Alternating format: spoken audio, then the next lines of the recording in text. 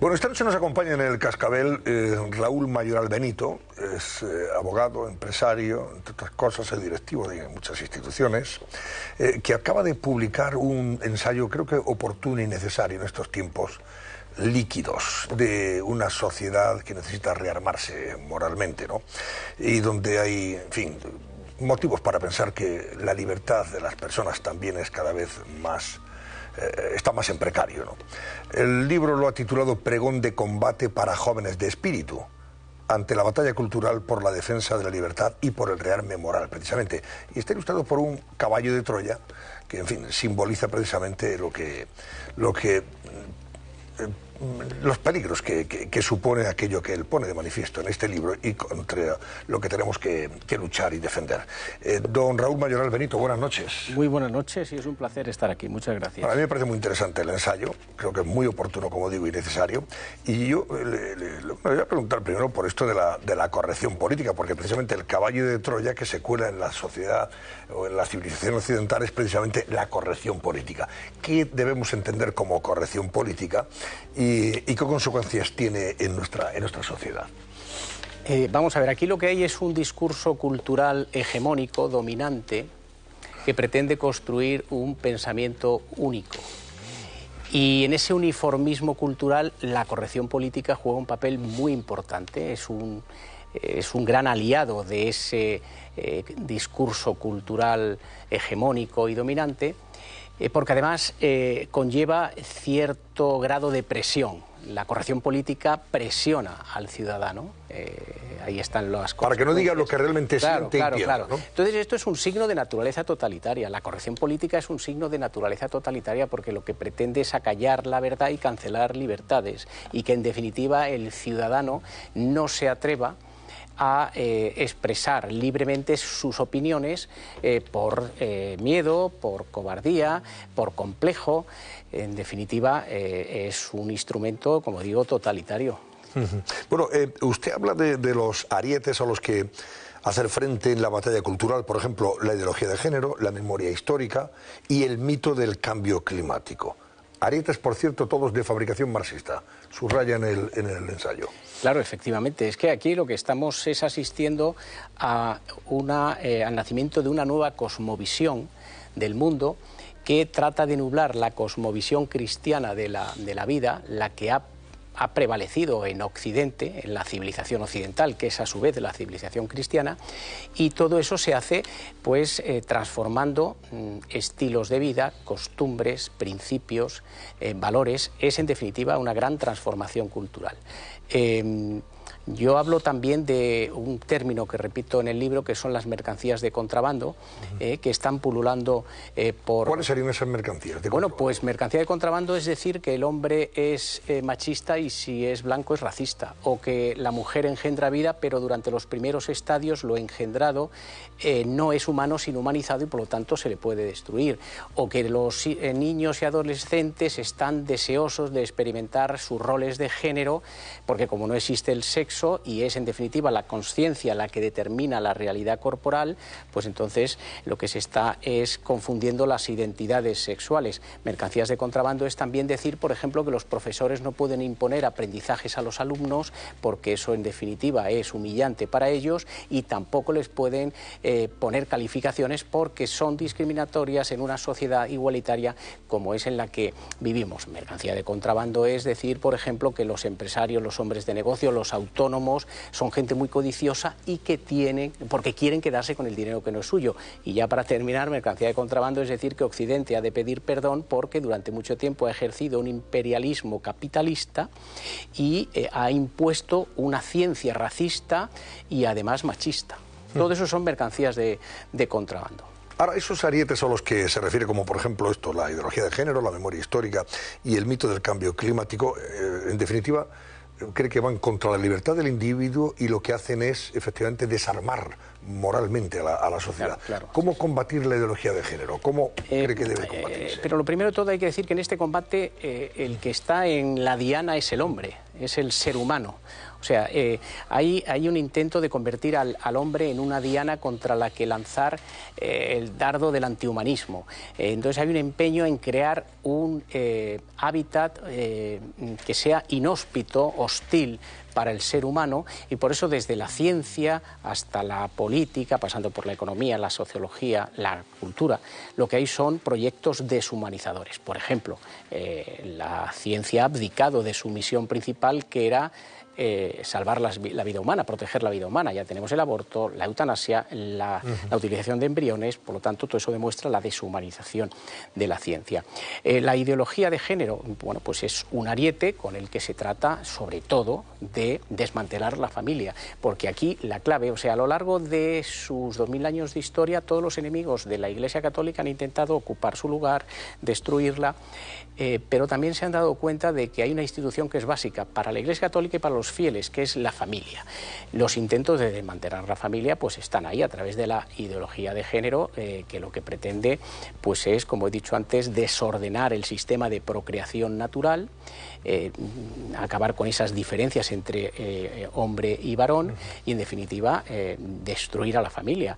Ya en las reuniones de la ONU de los años 1995, 1994 en Pekín y el Cairo, ya el término madre ya no es utilizado, ya no es utilizado el término cónyuge, ni siquiera ya matrimonio, se sustituye por progenitores y además el concepto de gestación desaparece, que es muy humano, sobre todo si se le compara con el de reproducción, que es más propio de la zoología, ¿no? Entonces, la perversión del lenguaje, que es otro tema que yo trato en mi libro, está actuando ahí.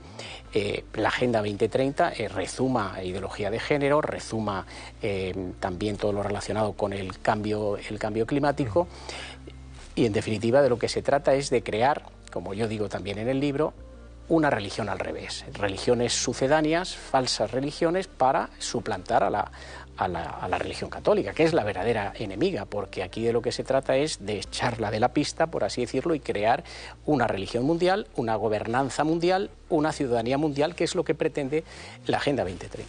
¿Y el mito del cambio climático, a qué se refiere concretamente, señor Mayoral? Bueno, el mito del cambio climático, yo parto de la base de que sí que es cierto que la acción del hombre ha provocado el calentamiento global, pero de ahí a aceptar todas las predicciones apocalípticas, catastróficas, que los partidarios del cambio climático han lanzado, sobre todo para asustar, porque el pánico genera rebaño, espíritu de rebaño, pues hombre, hay un trecho, hay que proteger el medio ambiente, pero es que nosotros, lo digo nosotros los católicos, tenemos encíclicas de los últimos papas que ya hablan del medio ambiente, pero debe ser un medio ambiente al servicio del hombre y también al servicio de la naturaleza, con una especie de equilibrio. Lo que no se puede pretender es hacer de la tierra una especie de diosa a la que hay que practicar, hay que otorgar el atributo de divinidad y practicar un culto sobre ella. Eso es otra religión al revés, y en eso están, ¿no? Los partidarios de la Agenda 2030 están en eso, en crear la diosa tierra, la Pachamama, como la suelen llamar en otras latitudes. ¿Y la memoria histórica? La memoria histórica lo que pretende es manipular el pasado, reescribir la historia y controlar el futuro. Se dice que quien domina el pasado domina también el futuro. Entonces, a las nuevas generaciones, claro, les están cambiando el relato. Yo, precisamente, uno de los objetivos de mi libro es alertar a las nuevas generaciones de cómo está la situación, darles argumentos, pero utilizo la historia, en gran parte de las páginas de mi libro, hablo pues de historia, ¿no?, de lo que supusieron los totalitarismos, las democracias, porque la historia es un anclaje, es un referente, sobre todo si es la verdadera historia y no está manipulada por la ideología. Porque aquí el problema que tenemos es que esto es un combate entre sentido común e ideología, entre democracia y totalitarismo, entre libertad y tiranía, entre sentido religioso y laicismo, entre derechos catalogados y deseos que pretenden convertirse en derechos. En una palabra, estamos en un combate entre la civilización y la barbarie. Y lo que está en juego, como he dicho antes, es el hombre, con su dignidad, con su libertad y sobre todo la civilización occidental. ¿Cuáles serían los aspectos sustanciales de ese pregón de combate para jóvenes de espíritu, con el fin de defender la libertad, porque aquí es verdad, lo que nos estamos jugando en la libertad sí, es verdad. igual, y sobre todo conseguir también el rearme moral que estamos sufriendo, ¿no? O sea, el deterioro moral que se está sufriendo. Pues en la última parte, el último capítulo de mi libro, ahí hablo de ello, de lo que debemos hacer los católicos y, en definitiva, cualquier persona que, sin ser católico, bueno, pues quiera defender la libertad. En primer lugar, saber que estamos en guerra es el primer requisito para ganarla. Y que conste que esto es un combate cultural. No estoy convocando a una pandilla de camorristas, sino a luchadores intelectuales. Esto es una contienda entre ideas. No es una lucha de clases como propugnaba el marxismo, que eso sí que es una lucha entre personas. Entonces, yo ahí precisamente hablo de cómo hay que actuar, en el sentido de que, primero, no tener miedo; segundo, formarse; tercero, tenemos que ser coherentes los católicos con nuestra fe, por lo tanto, el deber de coherencia, el deber de conciencia, y si somos coherentes, daremos testimonio, seremos ejemplares y seremos influyentes, porque de eso se trata. El católico tiene que ser influyente en la política, en la economía, en la cultura, en los medios de comunicación, hasta en los deportes, como decía Benedicto XVI. José Francisco Serrano participó en la presentación, en la última presentación, ¿no?, del libro aquí. Bueno, la más importante. La más importante, ¿no? La Fundación Pablo VI. Esto en la parroquia de la Concepción de Goya, en el foro Juan Pablo II, ¿no? Bueno, Raúl plantea un libro, por cierto, cargado de erudición, también hay que decirlo, porque es un hombre de muchas lecturas, y además lecturas... Es una bibliografía extraordinaria, el libro. Es interesante. Muy buena, muy buena. Yo discutía con Raúl respecto a algo que ha dicho él, esto de las guerras culturales, ¿no? A mí es un concepto que creo que procede de Estados Unidos, de las Cultural Wars, creo que tenemos que matizarlo. Yo creo que estamos en guerra, pero la guerra fundamental es una guerra de carácter espiritual. Yo ahí soy más San Pablo, soy más paulino de la guerra espiritual tal y como la plantea San Pablo. Las otras guerras culturales me gusta más el tema del diálogo, pero yo quería plantear de dos cuestiones, Raúl. O sea, tú eres también lector, como yo soy, de Dalmacio Negro, ¿no? Y Dalmacio Negro decía que el Estado nació en la historia envidioso de la Iglesia, o sea, la función del Estado, ¿no? O sea, ¿qué papel está jugando el Estado en todo este proceso? Y después la otra cuestión que quería plantear es lo del estado de bienestar, que es la derivada de la forma que ha tenido el Estado después de la Segunda Guerra Mundial, o de los periodos de las guerras mundiales, ¿no? ¿Cómo esto están haciendo esa transformación? ¿Cómo está contribuyendo el Estado a esa transformación? ¿Quién está dando contenido del Estado? ¿En manos de quién está el Estado en este momento de la historia? Bueno, yo tengo que decirle a Paco, mi querido amigo Paco, que coincido con él en que debajo de esta batalla cultural hay una batalla espiritual entre el bien y el mal. Eso que conste. El tema del Estado efectivamente surge de la Ilustración y de la Revolución Francesa. Yo ya dije que la Ilustración es un intento también de combatir a la Iglesia Católica, porque lo que pretende es ocupar su lugar. Entonces la Ilustración tiene el lema de libertad, igualdad y fraternidad, que es una copia del mensaje de Jesucristo, pero es que además crea una estructura de gestión, de organización, de mando, que es la administración pública, que luego dará lugar al Estado, que en definitiva es una copia, una imitación del poder eclesial, de la estructura de la jerarquía eclesiástica. O sea, la Revolución Francesa lo que hace es crear un contrapoder a la Iglesia Católica. Y sobre el estado del bienestar, bueno, el estado del bienestar después de la Segunda Guerra Mundial, cuando Europa era un asilo de indigentes, bueno, pues entra en crisis sobre todo por el laborismo, mientras que en Inglaterra se repartía, en la Alemania del milagro alemán, con una economía social de mercado, se producía. Y se declaró la ineficacia del estado del bienestar porque se empezaron a saturar, se empezó a saturar de servicios públicos y claro, llega un momento en que el Estado no puede satisfacer la prestación de los servicios públicos. Por lo tanto, yo creo que el estado del bienestar entró en crisis. Sigue en crisis, lo que ocurre es que ya con todo el tema de la sensibilidad social que tenemos, y prueba de ello la Unión Europea, bueno, pues es preferible tener un estado de bienestar, aunque sea en crisis, que no tenerlo. Por cierto, una cosa más, Raúl Mayoral Benito, en el libro dedica un capítulo al tema de los medios de comunicación. Sí. Me gustaría saber su opinión sobre qué opina de los medios de comunicación en estos momentos, con un gobierno, especialmente un presidente bastante beligerante contra lo que llama, en fin, los medios críticos, ¿no? Que considera medios críticos a su gestión. Bueno, yo sí que pienso que desde los medios de comunicación se manipula. Ya el hecho de establecer el marco, la teoría del marco, la teoría del framing, para los que sois periodistas, eso ya implica una manipulación. Es decir, aquello que no está en los medios de comunicación no está en el mundo. A mí me parece que eso es una manipulación. Ahora, las pretensiones del actual presidente del gobierno creo que no se sostienen, porque lo que pretende es volver a la época, por ejemplo, del régimen de Franco, en que era la autoridad gubernativa la que controlaba los medios de comunicación. Son los jueces los que deben decidir si un medio de comunicación pues injuria, calumnia, si un medio de comunicación falta a la verdad, y para eso están los recursos legales que tenemos los ciudadanos para interponer demandas y, en definitiva, denuncias. Por lo tanto, en ese sentido no estoy de acuerdo. Pero sí es cierto que hoy en día la manipulación informativa, el modo de dar las noticias en las portadas de los periódicos, pues hombre, ya implica que hay cierta, digamos, manipulación o distorsión de la realidad, y se crea una realidad que no es la exacta.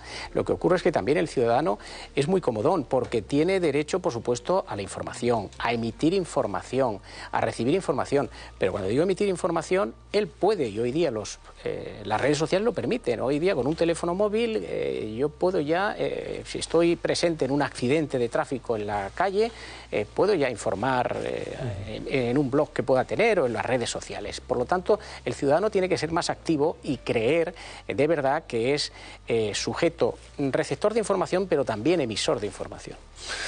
Bueno, alguna cosa sobre esto que decía, me parece que... Me gustaría preguntarle, leía... Si os ha chirriado o no algo de lo que ha dicho Raúl Mayoral en ese sentido. Leí hace unos meses un libro de una periodista italiana sobre la cultura de la cancelación en Estados Unidos, que me dejó absolutamente espantada por la cantidad de carreras que allí ya está destruyendo, carreras actuales y legados de escritores, de historiadores pasados.